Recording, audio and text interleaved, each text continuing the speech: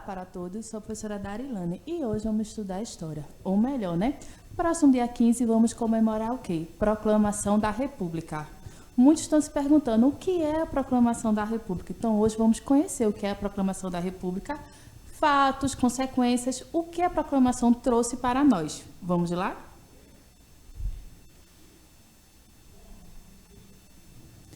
A Proclamação da República aconteceu em 15 de novembro de 1889 e foi motivada pela insatisfação de diferentes grupos da sociedade, sobretudo os militares, com a monarquia.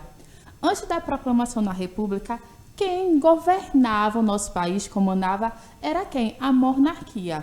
Nesse período, era o imperador Dom Pedro II. Apesar de ser um imperador que amava muito o Brasil, ele defendia muitos interesses da coroa portuguesa.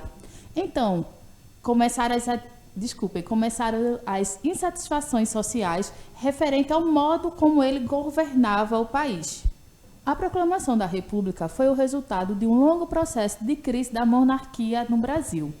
O regime monárquico começou a entrar em decadência logo após o fim da Guerra do Paraguai, em 1870, o que resultou na incapacidade da monarquia de atender aos interesses e às demandas da sociedade brasileira. Como eu já tinha ressaltado no slide anterior, uma das pessoas dos grupos sociais que estavam insatisfeitos com a monarquia do Brasil foi os militares, porque após a Guerra do Paraguai, não era bem uma dívida, mas os gastos com os militares eram muito grandes, com a aposentadoria, pensões. Então, por causa dessas consequências, a monarquia não tinha como custear todos os interesses dos militares. Então, começou as revoltas. Um dos grupos sociais líderes dessas revoluções foi os militares. Durante quase 70 anos, o Brasil viveu um regime monárquico, que é isso que eu digo, Fomos comandados por reis, rainhas e imperador. Pois, de 1822 a 1889, o país foi governado por dois imperadores, Dom Pedro I e o seu filho Dom Pedro II. Lembro das aulas passadas, que eu já tratei esse assunto, Após Dom Pedro I ter voltado para Portugal, quem assumiu o Brasil foi seu filho, Dom Pedro II. Ao longo dos anos, esse regime já não conseguia atender às necessidades sociais do povo. Lembrando que, apesar de Dom Pedro II, ele era muito apaixonado pelo Brasil, porém ele defendia ainda alguns interesses da coroa portuguesa. E a sociedade não ia de acordo com esses interesses defendidos. Os profissionais liberais, tais como os comerciantes, agricultores, médicos e outros, estavam insatisfeitos com o atual cenário político do país, pois eles não tinham poder de decisão. Dom Pedro II, que foi quem governou o país por mais tempo, criou uma grande briga com a Igreja Católica, devido à grande interferência que exercia nas questões religiosas. Pois a Igreja Católica era uma religião que exercia grande poder de transformação. Ela fazia interferências em grandes questões sociais. O regime monárquico também impôs grande censura aos militares, que se sentiam descontentes desde o não reconhecimento da participação deles na Guerra do Paraguai, que a guerra aconteceu entre 1864 a 1870. Isso foi um dos grandes fatores que desencadeou a organização do movimento republicano e a organização da Proclamação da República. Então, juntou a Igreja Católica, os comerciantes, os agricultores e os militares. Mais ou menos esses três grupos sociais, que eles questionavam o modo de convivência do país, questionavam a política e como o país estava indo. Quem estava sendo regido, né, era Dom Pedro II, então eles questionavam as decisões deles. E por causa disso, eles se uniram para fazer um golpe militar, que foi um golpe que acabou gerando várias coisas positivas para nós, mas não foi assim. O golpe gerou, ocorreu isso e veio coisas positivas logo não. Foi um grande processo de transformações, de mudança. O descontentamento vivido pelo exército e pela população da época foi a crise econômica que acometia o país, com altas despesas desde a Guerra do Paraguai. Além dela, é possível citar a Guerra dos Farrapos, em 1835 foi de 1835 a 1845, ocorrida no sul do país, como outro fator de insatisfação, pois os fazendeiros estavam bastante infelizes com o aumento de impostos territoriais e alta taxa sobre a exportação de produtos. Os fazendeiros e proprietários de escravos se voltaram contra Dom Pedro II após a abolição da escravatura em 1888. Com isso, os cafeicultores do Oeste Paulista exigiam mais autonomia, democracia e participação na política. Então, um dos pontos de revolta dos agricultores naquela época foi a abolição da escravatura dos escravos. Então, escravo era uma mão de obra, barata, uma mão de obra de graça. A partir do momento que houve essa abolição, eles tiveram que custear com a mão de obra para tomar conta das suas lavouras, da sua agricultura. Então, esse foi um dos pontos fortes para causar, para causar essa revolução. Assim, no dia 18 de novembro, após a proclamação da República, Dom Pedro II e a família real partiram rumo à Europa. Depois do fato ocorrido, eles voltaram para a Europa. Quem proclamou a República no Brasil? O militar Marechal Deodoro da Fonseca foi quem proclamou a República no dia 15 de novembro de 1889. Na época, ele era chefe de exército e reuniu militares, além de apoiadores do movimento, para invadir a Praça da Aclamação do Rio de Janeiro e fazer a derrubada do governo monárquico. Então, naquela época, o Rio de Janeiro era a capital do Brasil. E lá, quem residia era Dom Pedro II e sua família. Após essa queda, eles voltaram para a Europa. E o Marechal Deodoro da Fonseca ficou comandando o país até a primeira eleição direta. Calma, que mais para frente eu vou explicar tudo isso. Com isso, no mesmo dia, Deodoro da Fonseca assinou um contrato provisório que lhe daria autonomia para governar o país até que fosse elaborada uma nova Constituição. Nós já tínhamos uma Constituição, porém ela via alguns direitos em prol à coroa portuguesa. Após a proclamação da República, essa Constituição foi totalmente reorganizada, já que a antiga ainda defendia a monarquia como principal forma de governo. Antes de ocorrer a proclamação da República, o país vivia um momento difícil de insatisfação da população com a atual política. Os militares também se sentiam muito desvalorizados. A época compreendida entre a proclamação da República e as eleições para o novo presidente em 1894, foi nomeada de República da Espada, em razão do controle que era exercido por membros do Exército. Sendo assim, o governo de Marechal Deodoro da Fonseca foi dividido em duas fases: governo provisório e governo constitucional. Conseguimos compreender até então que, após a proclamação da República, Dom Pedro I e sua família teve que regredir para a Europa. Conseguimos compreender até o momento que, após a proclamação da República e com a volta do imperador para a Europa, quem comandou o Brasil foi quem? Marechal Deodoro da Fonseca. E seu governo ficou dividido em duas fases: governo provisório e governo constitucional. Mas o tempo que ele ficou no governo foi conhecido como República da Espada. Por que República da Espada? Porque os militares estavam no governo. Então, militar, espada, a associação que a população fez naquela época ficou conhecido como como, desculpem, República da Espada, governo provisório, que foi entre 1889 a 1891. Nesse período, houve a convocação das eleições para a formação da Assembleia Constituinte, que iria elaborar a primeira Constituição Republicana do Brasil e a implantação de um sistema político que separou o Estado e Igreja. Veja, a partir desse momento, houve a separação da Igreja Católica das decisões mais importantes do Brasil. Não foi que a Igreja deixou totalmente de participar, porém, houve uma participação mínima. Uma nova política econômica voltada para o desenvolvimento industrial do país foi implantada durante o governo provisório. Ela se baseava na abertura de novas empresas e emissão de moedas e protecionismo alfandegário. Além disso, ocorreu o federalismo, a divisão dos três poderes: executivo, legislativo, legislativo e judiciário, que até então nós somos governados por esses três poderes.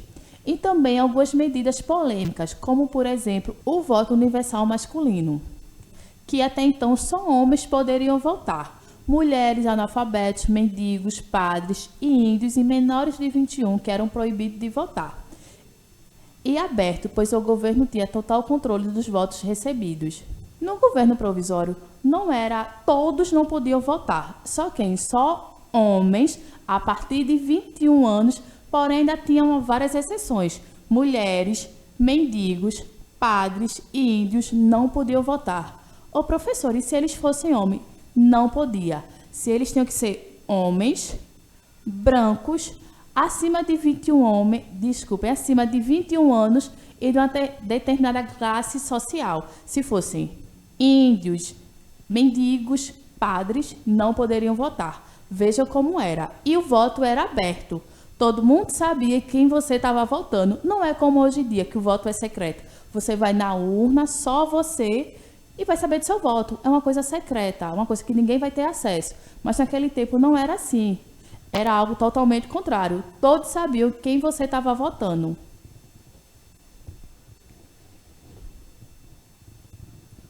Já no governo constitucional de 1891, em 1891 aconteceu a primeira eleição indireta para presidente. Devido à instabilidade política enfrentada pelo país, Deodoro da Fonseca venceu no Congresso a disputa contra o candidato civil Prudentes de Moraes. O governo constitucional foi uma face da República da Espada, onde os militares, Deodoro da Fonseca e seu vice, Marechal Floriano Peixoto, permaneciam no poder, mesmo após a publicação da nova Constituição, responsável por criar as leis para presidente. A proclamação da República não mudou muita coisa em relação à participação da sociedade nas decisões políticas, apenas abriu um caminho para uma política que privilegiaria homens enriquecidos, principalmente os agricultores, representantes de oligarquias cafeicultoras. Então, no voto indireto, não é a população que elege seus representantes, mas uma assembleia, um colegial eleitoral. Não era nós que íamos eleger, mas um determinado grupo de representantes. Para a gente entender, existe o voto direto, que é quando nós elegemos, e o indireto, quando é elegido por um determinado grupo social, não por toda a população.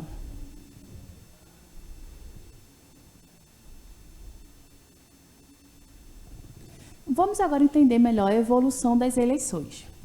Então, até o momento a gente consegue compreender que não era possível todos participar das eleições. O voto era indireto, onde um determinado grupo social, um colegial, determinava quem ia comandar o país. Bem diferente do que é hoje, né? Que hoje é o voto direto, onde a população determina quem vai ser seus representantes. Vamos entender um pouquinho melhor essa evolução? A evolução das eleições. A história das eleições no Brasil iniciou-se nos tempos do Império e intensificou-se durante o período republicano, por meio da participação dos cidadãos da política.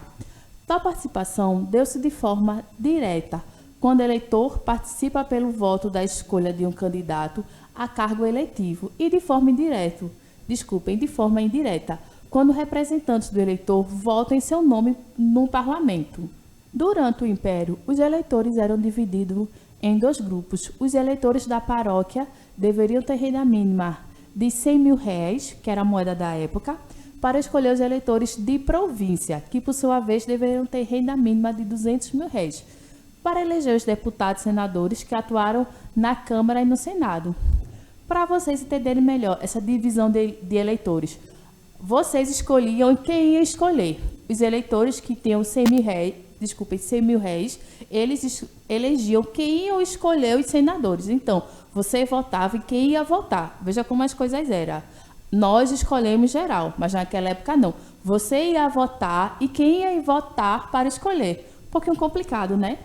Com a proclamação da República, pela primeira vez o eleitor pôde escolher o presidente que governaria o Brasil por 4 anos. Até hoje o presidente fica no poder durante 4 anos.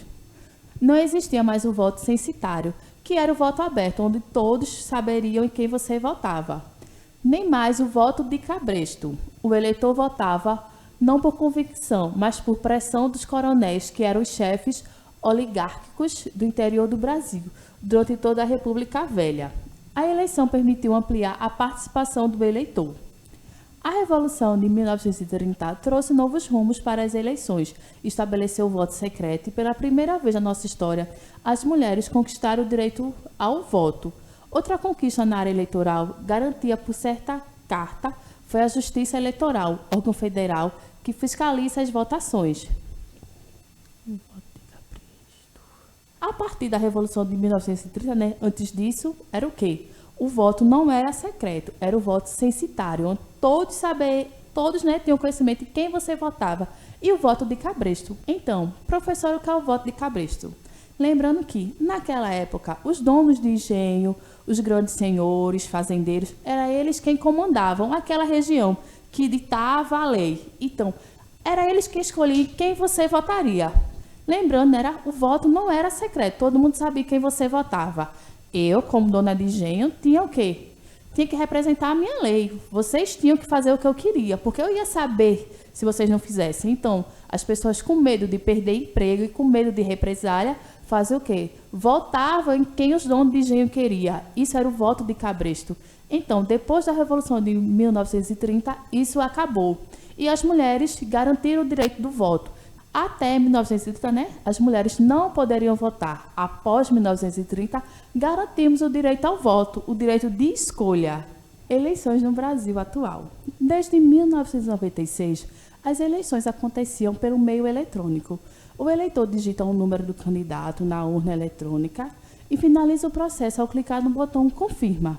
Dessa forma, agiliza-se o processamento do voto e em poucas horas após o término da votação.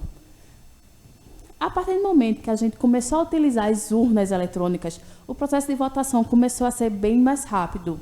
Por quê? A partir do momento que as eleições são finalizadas, em poucas horas a Justiça Eleitoral consegue saber quem nós escolhemos. Então, antes disso, se usava-se o quê? Papel. Então, antes das urnas eleitorais, utilizávamos as cédulas de votação. E era um processo muito demorado. Conseguia, para saber em quem era que ia governar o país, o seu município, tinha uma demora de dias. Porque imagina, você ter que apurar os votos em determinado local do país, em certos locais da Amazônia. Ia demorar muito para você contar papelzinho por papelzinho e trazer aquela votação, trazer aquele número para uma determinada sede. E outro caso, imagina uma população igual Recife, a capital do Pernambuco, para você contar papelzinho por papelzinho de toda a população. Demorava-se muito. Então, após as urnas eletrônicas, o processo começou a ficar bem mais rápido, facilitando tudo. Então, hoje conseguimos compreender a importância para nós da proclamação da República. Trouxe para a gente o quê? O direito de escolha, o direito de nós escolhermos nosso representante, quem vai representar o país, o município, em todos os casos. Então, o voto é secreto e você vota em quem você quiser. Ninguém vai saber, é um voto segurado. Então, quero agradecer a todos por terem assistido essa aula. Sério, sempre estudem a história do Brasil, porque a partir dos fatos e dos acontecimentos, vocês vão começar a compreender os fatos que nós vivenciamos na nossa atualidade. Então, agradeço a todos por terem assistido. Vou encerrando por aqui. Tchau, tchau para todos. Até a próxima.